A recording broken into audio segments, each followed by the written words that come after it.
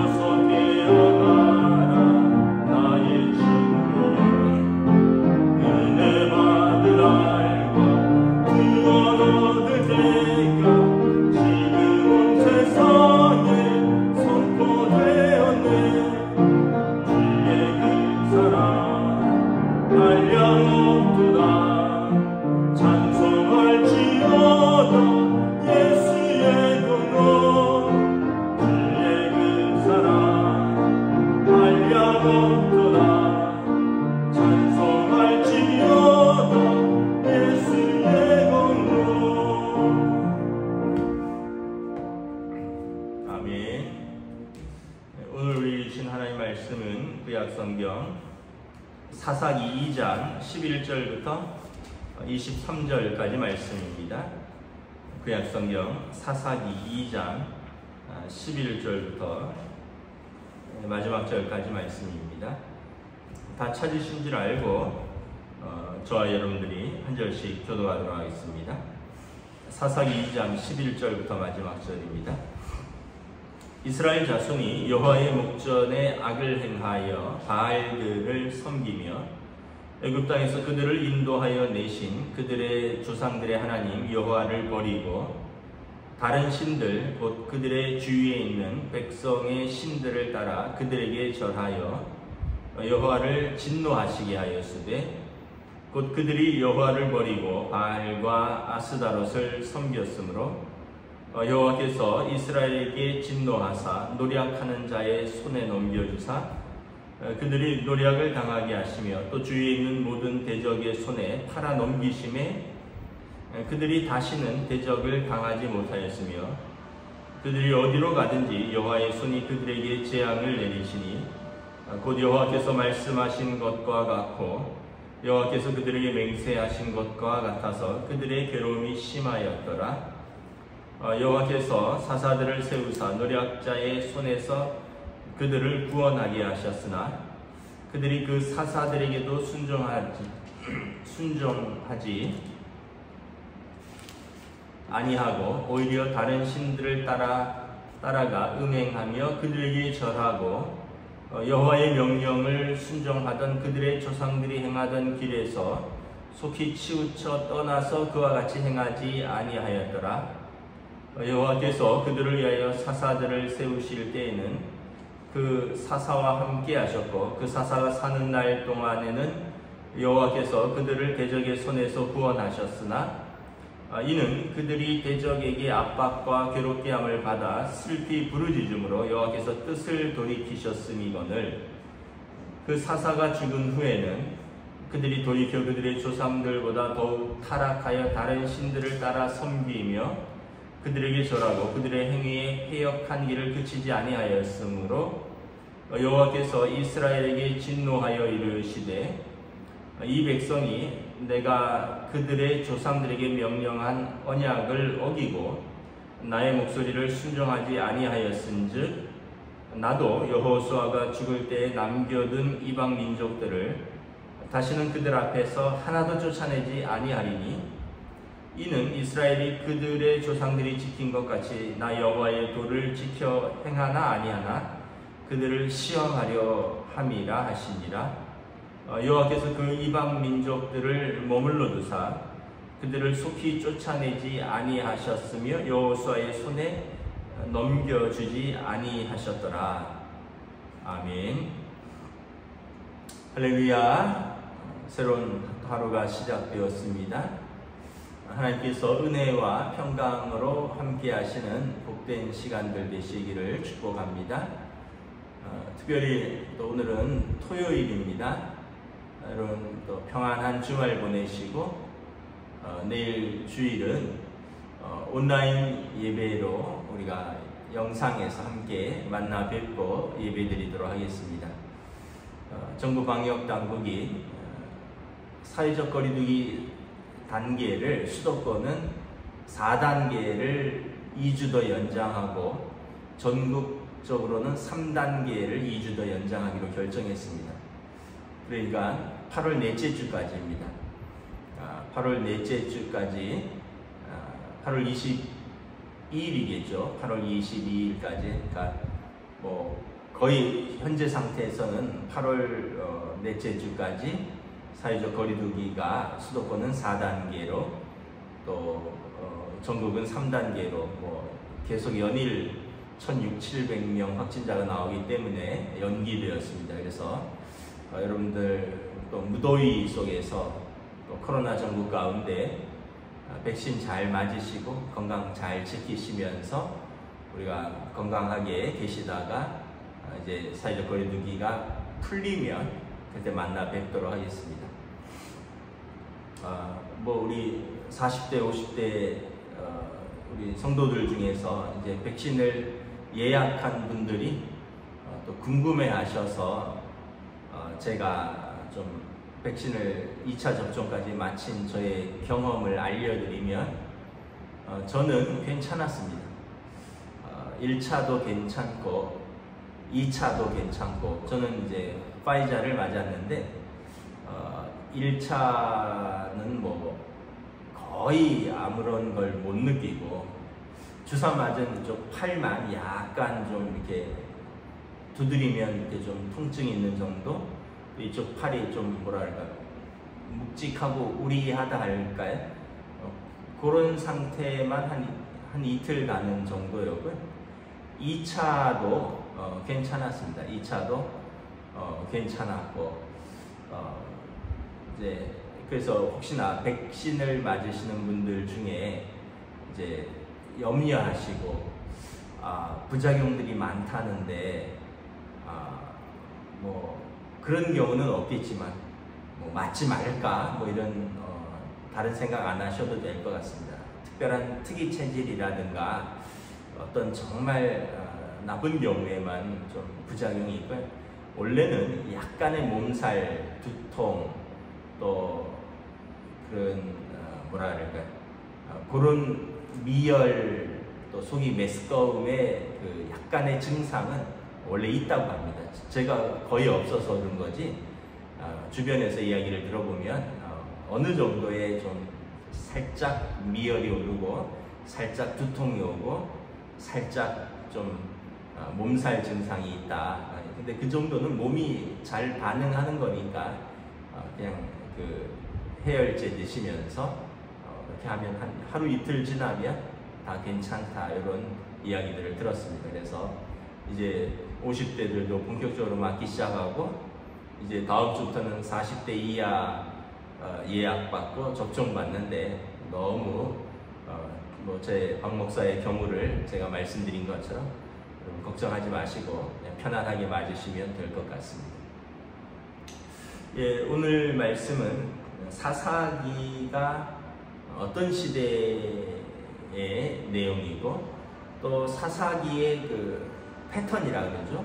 에 대해서 잘 말씀을 하고 있습니다. 사사기는 여호수아가 죽고 어제 본문인가요?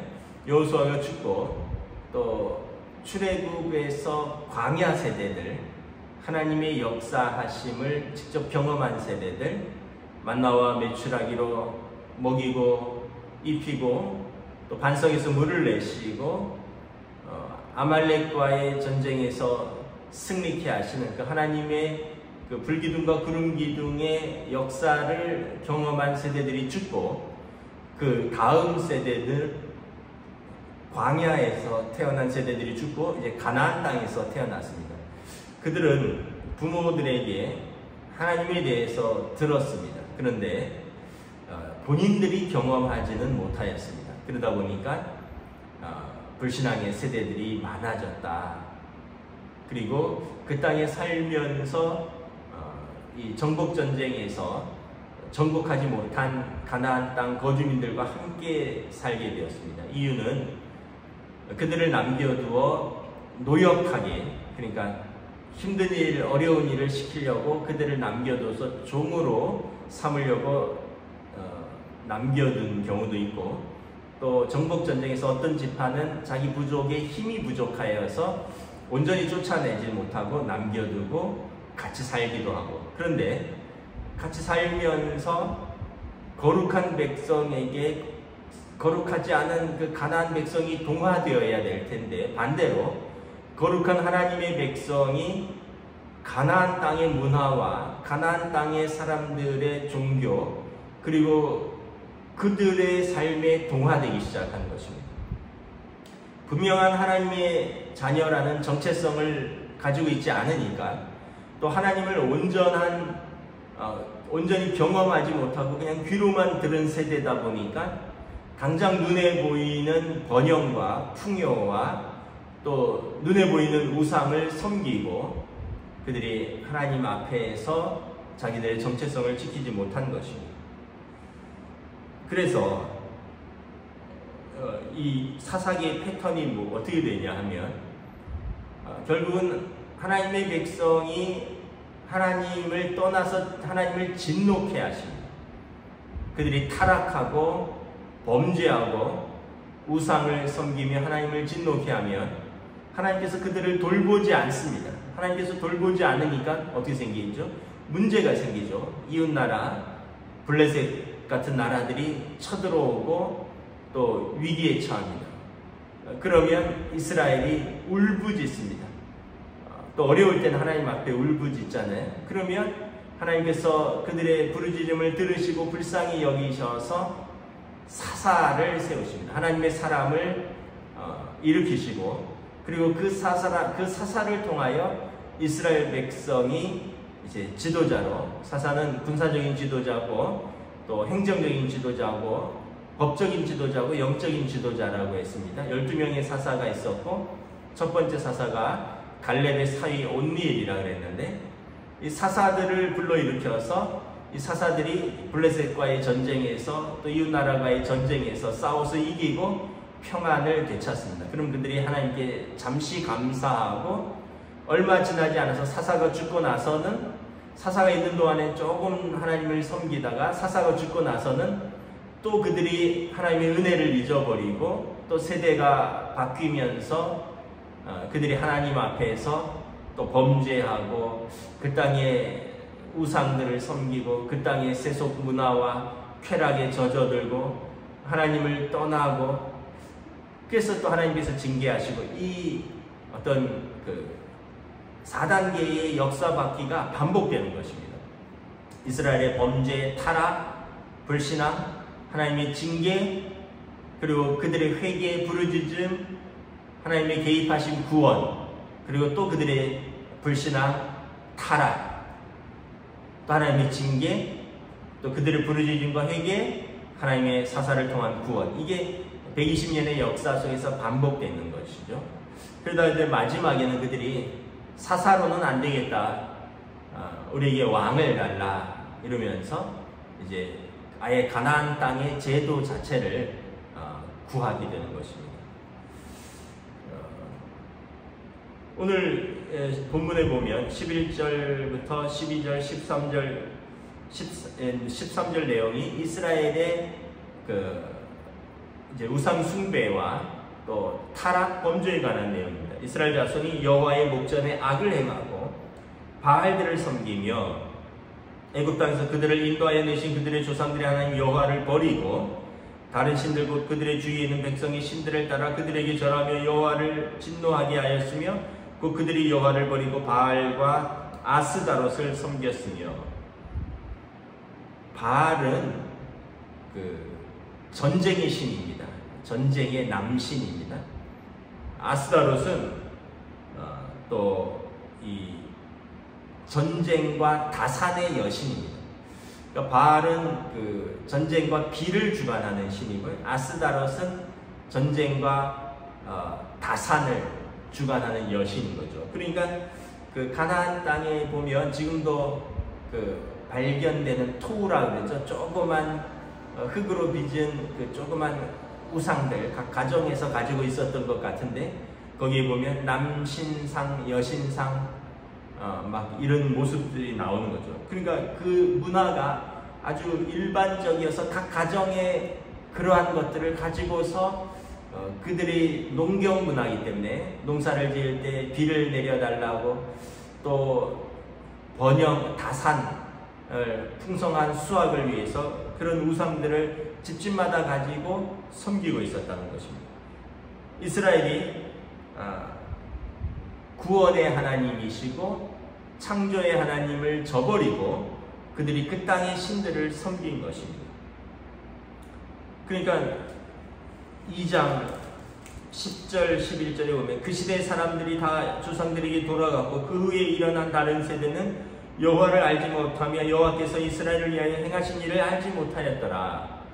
그러니까 가나안 땅에 태어난 세대가 하나님이 행하신 그 놀라운 일들을 그들이 그냥 귀로만 들었지 그들의 삶으로 경험하고 피부로 느끼지 못했기 때문에 그들은 눈에 보이는 우상과 세속의 풍습을 따라가는 것입니다. 결국 여러분, 사랑하는 자녀를 다른 길로 나가면 어떻게 징계하는 거죠.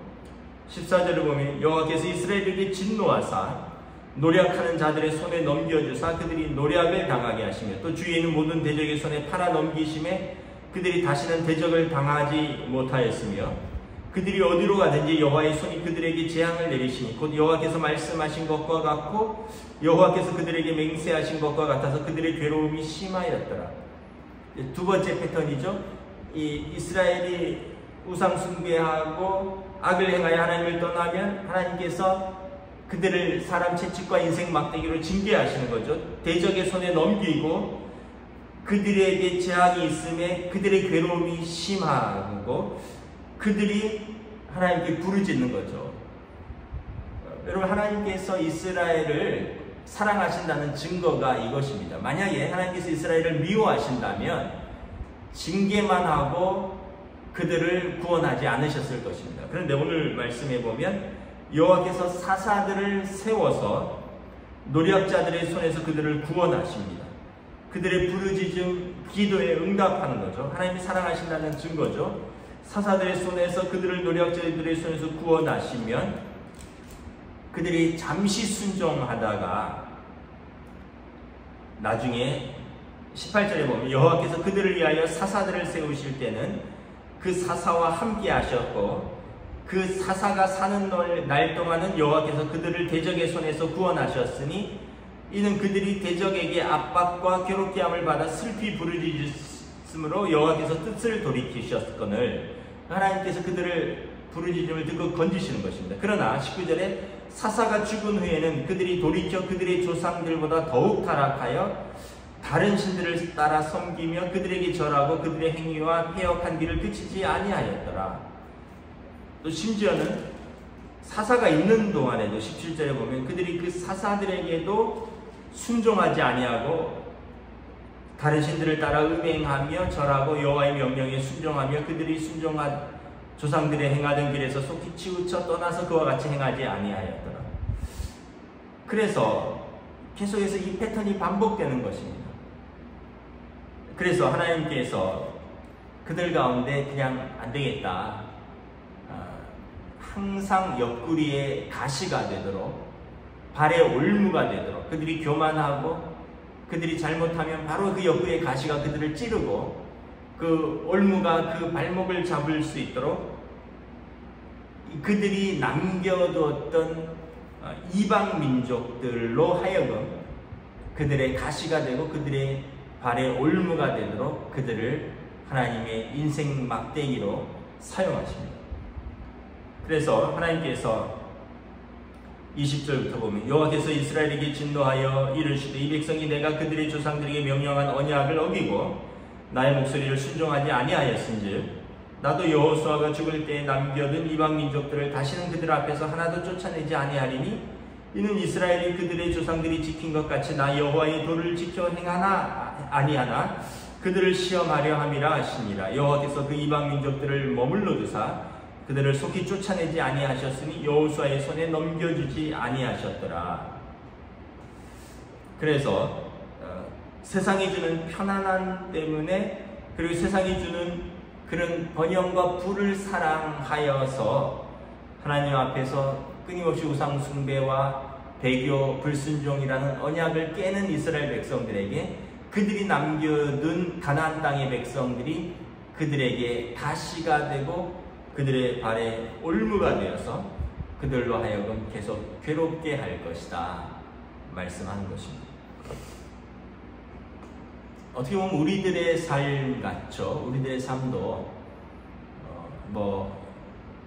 지금도 비슷하겠지만 어렸을 때 잘못한 것이 있고 그러면 이제 부모님께 혼나고 징계를 받고 또 그러면서 또 깨닫고 잠시 돌이키다가 또 그걸 잊어버리고 또 어떻게 보면 본능적으로 또 옛 습관대로 또 친구들 따라 이렇게 행하다 보면 또 잘못을 저지르고 또 부모님한테 혼나고 징계받다가 또 부모님의 용서로 또 은혜로 또 다시 용서받고 회복되면 또 잠깐 또 괜찮다가 또 부모님 속상하게 하고, 마치 이스라엘 백성이 하나님의 아버지와 자녀의 관계에서 계속 그런 패턴을 반복하듯이 우리들의 삶도 비슷하죠. 자녀 키워보신 분들은 다 그런 걸 반복하잖아요. 자녀니까 잘못했으니까 포기할 수도 없고 혼도 내고 징계도 하고 잔소리도 하고 또 그러나 또 그 자녀가 또 항상 나쁜 것은 아니니까 또 돌이키고 또 사랑스럽고 용서해주고 또 잘 지내다가 또 어긋나고 그럼 또 마음 상하고 또 화도 나고 또 징계도 하고 그러면 또 용서하고 이게 계속 반복되는 것이 우리 인생과 비슷한 것이죠. 근데 여러분, 어떤 게 복된 인생일까요? 잘못도 할 수 있고 징계도 받을 수 있습니다. 이제 중요한 것은 돌아오는 것입니다. 그런데 좀 교훈이 있어야 되는 거죠. 배우는 것이 있어야 되죠. 계속 죽을 때까지 계속 같은 패턴으로 살면 과연 성장하는 것인가요? 나이가 들고 또 성장하고 성숙하면 좀 빈도도 덜하고 또 이전보다는 좀 다른 방식으로 살고 좀 변화되고 그래야 되겠죠. 만약에 여러분 잘못을 저지르고 속상하게 하는 자녀가 어렸을 때 사춘기 때는 그럴 수 있다 쳐요. 근데 뭐 30이 되고 또 결혼하고 40이 되고 애를 낳고 50이 되고 60이 되고, 그런데도 계속 노년의 부모에게 계속 어릴 때처럼 계속 걱정을 끼치고 계속 마음 상하게 하고 계속 같은 잘못 반복하고 이러면 얘는 언제 도대체 성장하나, 얘는 도대체 언제 철드나, 얘는 언제 이렇게, 그러면서 좀 부모로서 많이 힘들고 자괴감이 들지 않을까요? 여러분, 하나님께서 그러신 것 같아요. 아니, 이스라엘은 도대체 언제까지 그럴 것이냐. 광야에서는 생활이 척박해서 그렇다 치자, 가나안 땅에 들어가서는 처음에 그들의 문화가 너무 새롭고 좋아서 그랬다 치자. 근데 계속 그러니까 도대체 이 민족은 언제까지 그럴 것이냐. 하나님께서 결국은 그래서 그들을 징계하기를 멈춰버리죠. 어떻게 되나요? 하나님께서 예수 그리스도를 보내십니다. 예수 그리스도. 하나님의 아들 예수 그리스도를 보내셔서 그를 믿는 자들로 통하여 이제는 뭐 사람 채찍과 인생 막대기로 계속 두들기는 게 아니라 예수 그리스도를 통하여 그를 믿는 자들은 그들의 죄를 용서하시고 하나님의 자녀로, 그래서 우리에게 믿음을 요구하시는 것입니다. 우리가 이제 좀 하나님 앞에서 믿음을 가지라, 이제 좀 믿음으로 살라. 예수님이 십자가에서 우리를 위하여 얼마나 그 죄가를 위하여 큰 대가를 치르셨는가 좀 깨닫고 믿음으로 살라. 하나님의 아들이 우리를 위하여 십자가에서 생명으로 우리 죄값을 치르셨습니다. 엄청난 대가를 치르셨는데 좀 그 사랑을 알고 그 은혜를 알고, 그리고 그렇게 얻은 생명, 그렇게 얻은 하나님의 자녀됨을 귀히 여기고 믿음으로 살라. 이제는 영원한 생명과 영원한 심판밖에 없다. 예수 그리스도를 통하여 말씀하시는 것입니다. 오늘도 저와 여러분들이 또 이 말씀을 다시 한번 붙들고 살아갈 수 있기를 원합니다. 코로나 시대에 참 믿음을 멀리하기 좋은 시대죠.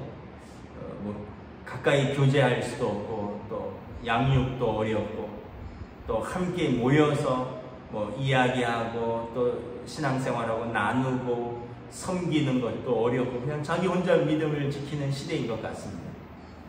여러분, 하나님 앞에서 하나님의 자녀됨을 잃지 말고 우리가 믿음으로 좀 다르게 살기를 주님의 이름으로 축복합니다. 그때 주님 주시는 은혜와 평강이 있을 줄 믿습니다. 기도하겠습니다.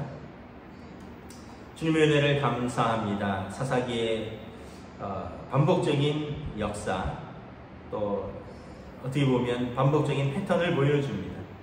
이스라엘의 죄, 불신앙, 하나님 앞에서의 반역, 그리고 하나님께서 사람 채찍과 인생 막대기로 그들을 사랑하사 징계하시고 그들의 삶에 재앙이 있으니 그들이 또 부르짖고 하나님 앞에서 회개하고 호소하니 하나님께서 사사를 보내서 그들을 구원하시고 그들을 다시 새롭게 하십니다. 그럼 사사가 사는 날 동안에는 그들이 어느 정도 하나님을 섬기다가 사사가 죽은 날에는 다시 하나님의 은혜를 잊어버리고 다시 옛길로 돌아가는 모습들을 바라봅니다. 마치 우리의 인생 같습니다. 예수님 믿고 우리가 거듭나고 하나님의 자녀가 되었는데 우리가 시시때때로 인생의 정욕과 안목의 정욕과 인생의 자랑 가운데 다시 옛생활로 돌아가는, 그러다가 또 하나님의 사람 채찍과 인생 막대기로 하나님의 징계 가운데 또 우리가 우리 자신을 돌아보고 고난 속에서 또 우리가 돌이키고 또 다시 하나님의 은혜로 살다가 또 평안해지고 또 모든 것이 문제가 없어지면 또 쾌락과 또 우리의 옛 생품과 우리의 옛 생활로 돌아가는, 옛 모습으로 돌아가는 우리들의 모습들, 정말 우리의 연약한 모습이 아닐 수 없습니다. 이를 위하여 하나님께서 아들이신 예수 그리스도를 보내주셨습니다. 이제 우리에게 믿음을 요구하십니다. 믿음을 통하여 영원한 하나님의 자녀로서 영생을 얻을 것인가, 그 믿음을 저버리고 심판이 있을 것인가. 우리가 다시 한번 예수 믿고 구원 얻은 것이 얼마나 큰 은혜요, 값없이 얻은 은혜인가 생각하며 그 은혜를 귀히 여기고 우리들의 삶에서 이 은혜를 잘 간직하며 지켜나갈 수 있기를 원합니다. 오늘도 우리의 삶의 자리에서 하나님을 실망시키고 하나님을 마음 아프게 하며 그래서 또 하나님의 징계에 손이 미치지 아니하도록 우리가 우리의 믿음을 지키며 살아가는 복된 하루로 인도하여 주시옵소서. 감사를 드리오며 우리 주 예수 그리스도의 이름으로 기도드리옵나이다. 아멘. 하늘에 계신 우리 아버지, 아버지의 이름을 거룩하게 하시며 아버지의 나라가 오게 하시며 아버지의 뜻이 하늘에서와 같이 땅에서도 이루어지게 하소서. 오늘 우리에게 일용할 양식을 주시고 우리가 우리에게 잘못한 사람을 용서하여 준 것 같이 우리 죄를 용서하여 주시고 우리를 시험에 빠지지 않게 하시고 악에서 구하소서. 나라와 권능과 영광이 영원히 아버지의 것입니다. 아멘.